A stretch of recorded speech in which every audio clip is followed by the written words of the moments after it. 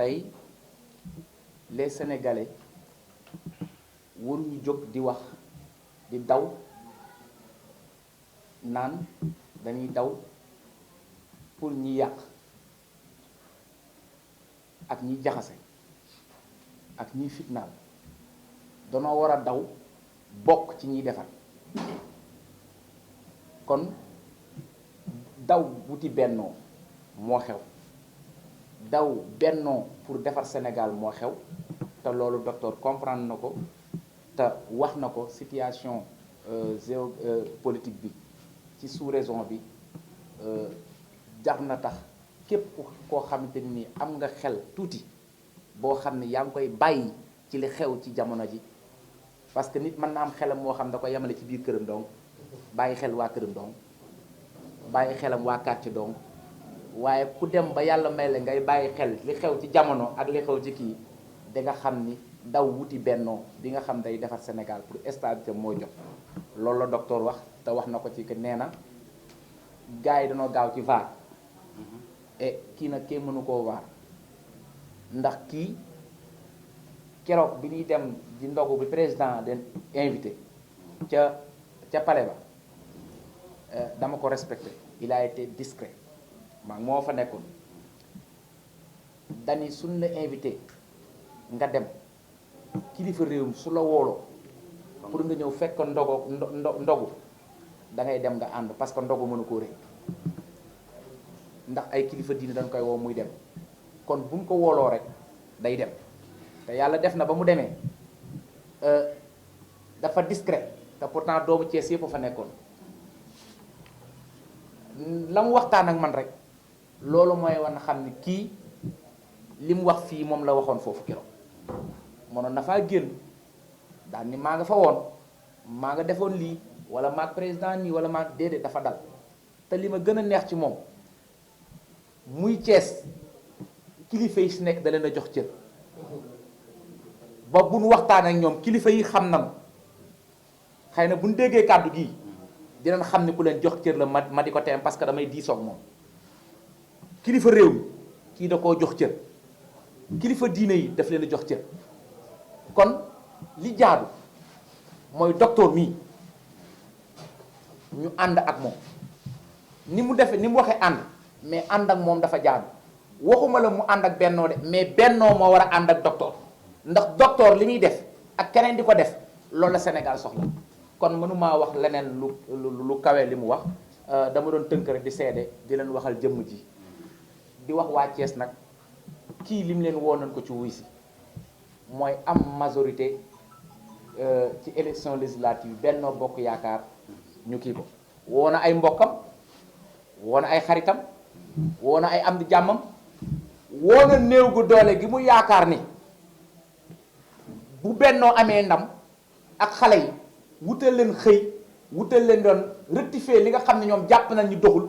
moo gën ñu dem ca Yewwi te loolu dara mënu faa saafara lu dul fitna ak tamit attente bu yàgg parce que yaakaar naa ni jël législative rek mënul jox kenn xëy kon ki am nguur ba pare nga jox ko législative moom moo la mën a wutal xëy ak xëy ba matul woon mu mottali waaye soo joxee koo xam ni législative rek nga ko jox mais yorul nguur ba mën a defar xëy kon loolu ni mu ko invité jeunesse thiessoise ak la jeunesse sénégalaise ñu bàyyi ci loolu xel. encore une fois ñu ngi lay féddale suñu kóllëre di la wax ne la pare nañ pour ànd ak yow pare nañ pour soutenir la nga soutenir ki nga xamante ni mooy sa frère le président Idrissa Seck bi nga xamante ni yàgg ngeen a ànd yéen ñaar di liggéey à travers la région de Thiès ñëpp xam nañ leen ci. mooy nuyu aussi de passage sama frère Ousmane Diop ñu bokk dëkk Taaxi Kaw mu nekk ku am pas-pas li yàlla di wax ñu mën a ànd rek ñooy ànd ñu mën a defar ñooy defar gis nañ ni élection locale yi ñu génn ànd sigil Thiès def na lu doy waar Thiès docteur Sarr mi gagné largement son bureau de vote gagné son centre de vote Mamadou Diaw ñëpp di ko féliciter encore une fois ñu jox la engagement jox la détermination boo xamante ni docteur fépp foo jëm pare nañ pour ànd ak yow lépp loo décidé pare nañ pour ànd ak yow ñun benn nit moo ñu ñor kenn la ñuy àndal moom la ñuy soutenir muy docteur Djibril Sarr te lépp loo xamante ni docteur décidé na ko dinañ ci ànd ak moom incha allah pour que ñu gagne majoritairement la région de Thiès concernant les élections législatives à venir. Docteur, bu ñu duggee ci salle bi xam ni fii vous êtes un homme fidèle sa ànd démb rek ñoo fi nekk te mosoo jël benn engagement te waxoo ci ak ñi nga war a waxal décision boo mënti jël rek wax nga ci ak ñi nga war a waxal ñun waa ànd sa ginnaaw la ñu nekk loo nekk rek ñi ngi ci loo bëgg loolu la ñuy def amul explication li nga wax jeex na wax nga lépp tu as tout dit jarul ñu di si jaraat li ngay def mooy ñun say jigéen foo mu sa nekk dañu ko ànd ak yow depuis le début kon tamit dañ koy àndaat ak yow jusqu'à la fin comme ni nga ko waxee Ousmane wax na ko léegi dangaa ragal ku la vaar effectivement vaar kenn mësu la koo def et je sais que ni kenn du la ko mës a def ndax da nga mës a respecter sa kàddu donc sa kàddu googoo tax sa ñëpp ànd ak yow donc lii nga jublu yal na la ko yàlla jàppaleel donc sache que nous sommes tous derrière vous surtout rawatina jigéen ñi ay jigéen ñu jàmbaare nga àndal yoo xam ni muy guddi di bëccëg démb waxtu wu nekk woon na parce que point de presse bi c'était prévu hier mais avec la pluie moo tax ñu reporté ko aujourd'hui donc ak la jeunesse bi nga xam ne ñu ngi sa ginnaaw matin midi et soir yow rek la ñuy déglu donc jàppal vraiment ñu ngi leen la jeunesse Adama Sow dirigée par Adama Sow et Bathikor et autres donc Pape Thiembali yéen ñëpp ñu ngi leen di sant bu baax ci seen engagement envers docteur seetluwul leen fan la nekk ak lan la ne l'essentiel li mu bëgg rek loolu la ñu nekk donc encore une fois maa ngi leen di féliciter ci seen engagement envers docteur Djibril Sarr li ngay wut nag yàlla na la ko yàlla jàppale parce que vous êtes un homme fidèle un homme sincère naturellement lépp loo xam ne daf ko mës a def sur fonds propres la je le redis encore une fois ñu xam ni docteur Djibril Sarr fekk yóbbu ko du xaalis du dara dama bëgg loolu aussi ñu leeral ko du ay affaire de xaalis du affaire u dara ndax moom ça fait combien d'années il était derrière Idrissa Seck il l'a toujours soutenu moom aussi na xam ni docteur Sarr a été toujours derrière lui moom c'est lui qui l'a appelé personnellement docteur moom moo ko woo pour mu jàppale ko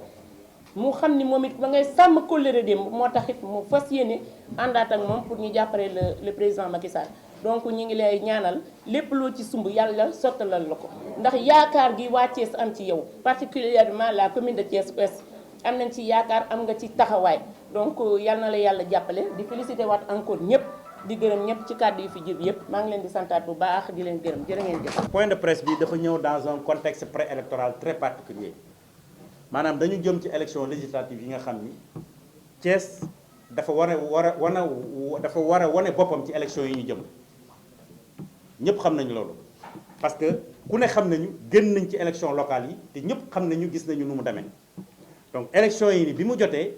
président de la république dénk ki nga xam ni mooy Idrissa Seck pôle région wu Thiès pour que mu jiite élection yi nga xam ni moom la ñu jël muy élection nationale muy élection législative élection législative bi dafa nekk ci contexte boo xam ni contexte sécuritaire bu particulier ñëpp xam nañu actuellement sous région bi dafa am instabilité